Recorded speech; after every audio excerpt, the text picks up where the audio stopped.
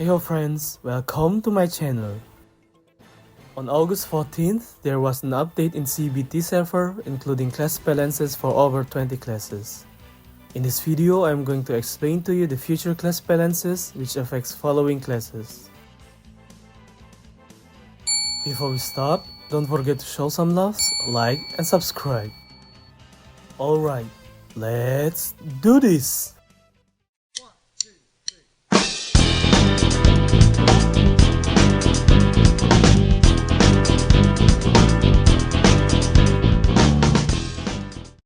First of all, we have Rune Master with 6 skill buffs including Magic Dragon Breath, Auto Attack and Soul Spare builds. First, Magic Dragon Breath multiplier is increased by 20% of each Dragon Breath and Water Dragon Breath. In addition, the limit of Dark multiplier of Dragon Breath from Star Rune is also increased by 20%, improving damage of Magic Dragon Breath even more.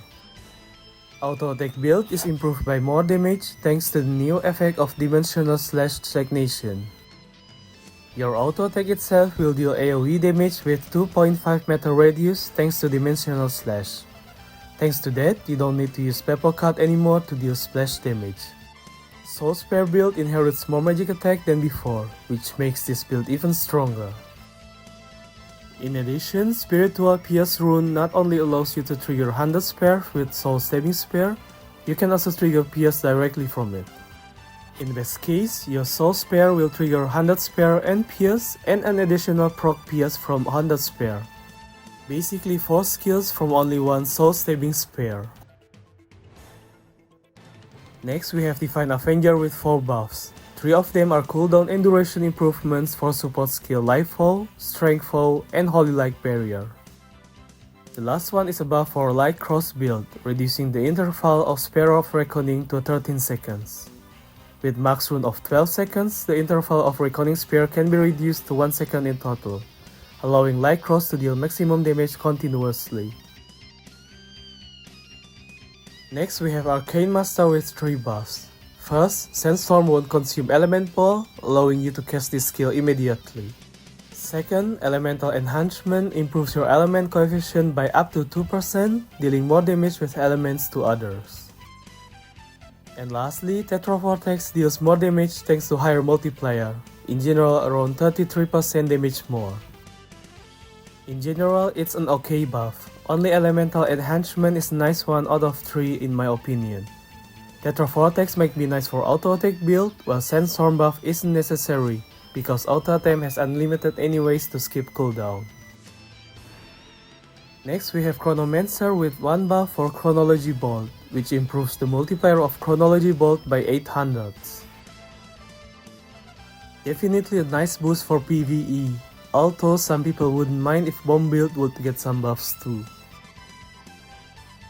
Next we have Stellar Hunter buffs, including both DPS and survivability. First, Meteor Vision cooldown is reduced to 30 seconds, which makes this skill usable continuously. Besides, the splash ratio is increased to 80%, which makes it up to 100% with max rune. This also means that against solo enemy your attack will deal much more damage thanks to rune 3rd line. Second, Fear Breeze finally can benefit from auto attack damage bonus, basically increases your DPS significantly. Third, Star Guardian improves your all element damage by 50%, which is very nice. Sadly, this only lasts for 8 seconds and has 25 second cooldown.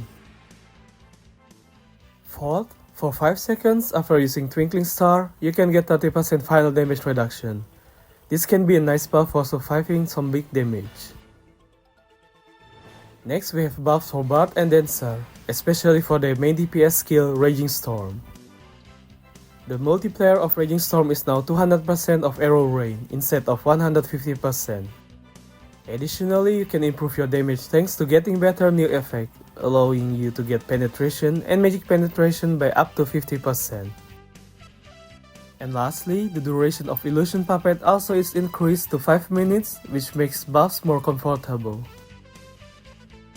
Next we have Blade Soul buffs. Most of them are related to skill damage and Ghost Wave. After update, Ghost Wave can also trigger Cross Impact to deal more damage.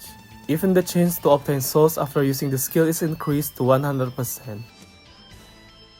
To deal more damage, Soul Sacrifice also increases skill damage, up to 2% per soul. This can also be useful too for Sonic Blade and Cross Reaper Slash build in combination with Auto Attack Crit build.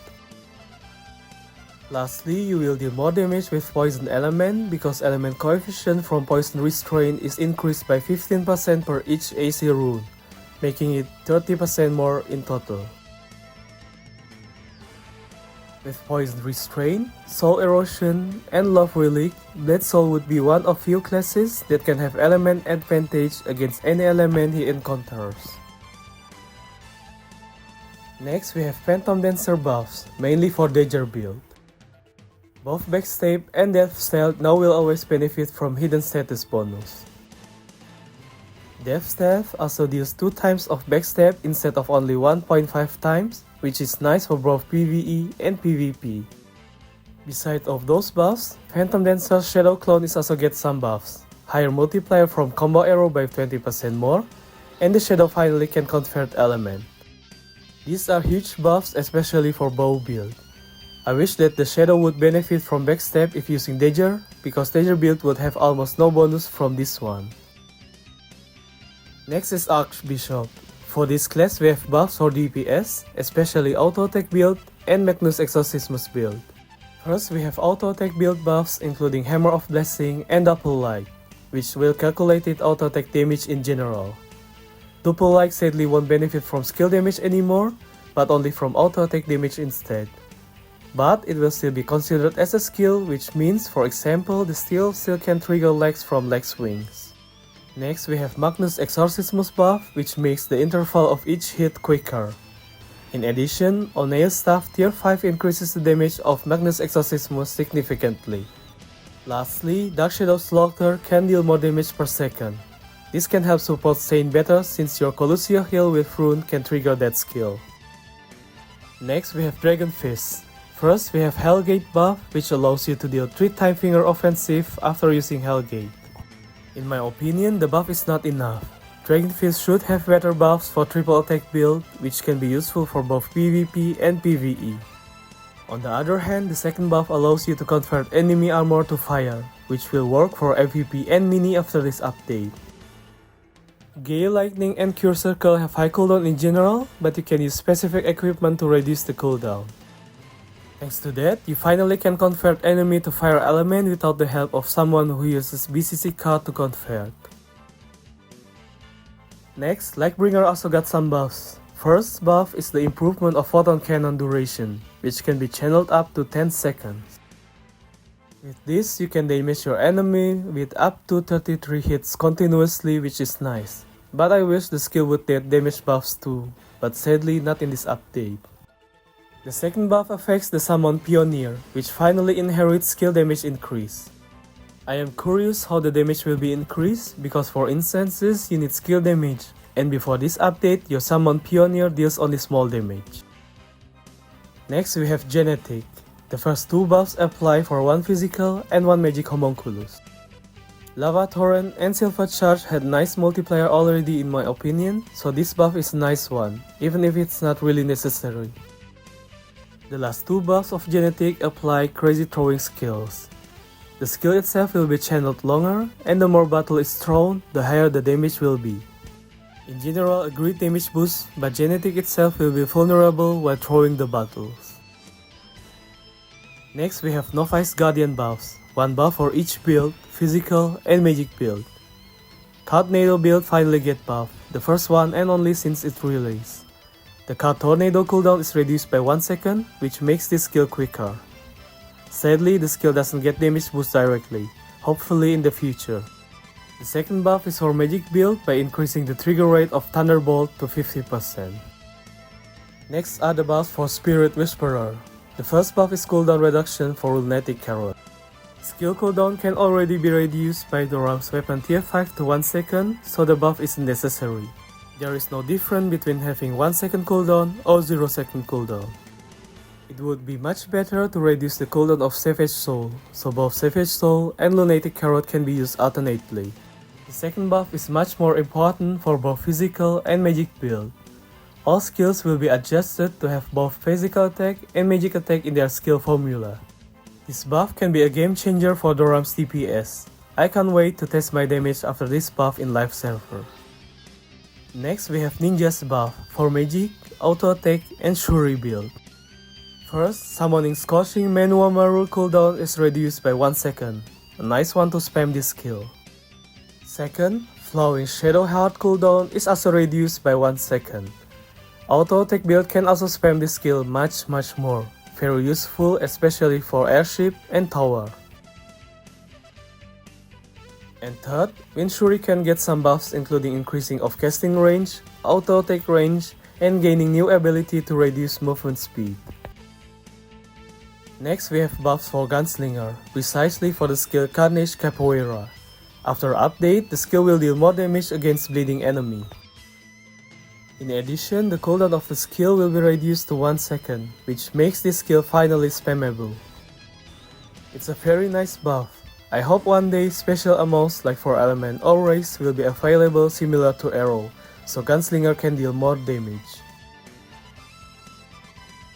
Next one we have Taekwon's buff. After update, Taekwon can lit up all 5 horoscope quicker than before. Next buff is for Thanatos. His second and third form DPS skill will cost less frenzy, allowing Thanatos to use his attacks more often without recharging. The buff could be better, but at least it's something. Next we have Nidhogg and the buff for her Veta. The number of Streamer of Fallen Knight at max squad level is increased from 3 to 5. In combination with 5 team members, skill user, and Twilight, this skill will deal crazy damage, especially if the enemies are converted to holy.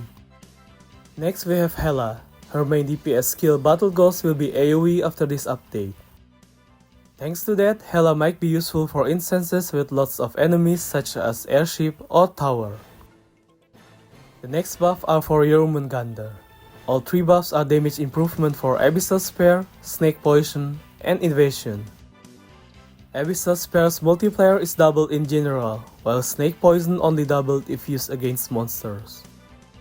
For Invasion, the damage boost depends on your luck, because it's in border penetration and it's up to 50%.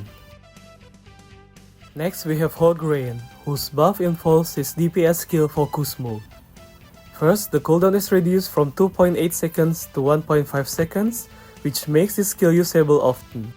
Second, the attack interval of Focus Mode is reduced by 0.1 second. That means you will deal all 7 damage in 3.5 seconds instead of 4.2 seconds. Next we have Thor. His main DPS skill Rolling Thunder will be buffed, mainly the channeling time. Rolling Thunder deals electric arcs per second, and the number of arcs you can see in the following. As you can see, the higher channeling time also improves the DPS of Thor. Lastly, we have a buff for Sara Alin. The damage per tick of all 3 element combination caused by Sky-Earth Resonance is increased by 50%. This is the extra tick which deals damage per second for 5 seconds. Also, it is a nice damage boost. That's it. That was the CBT update for class balance. Which buff for which classes are you excited the most? Let me know in the comment section. And don't forget to like and subscribe for more videos. See you soon, your FLyTuT.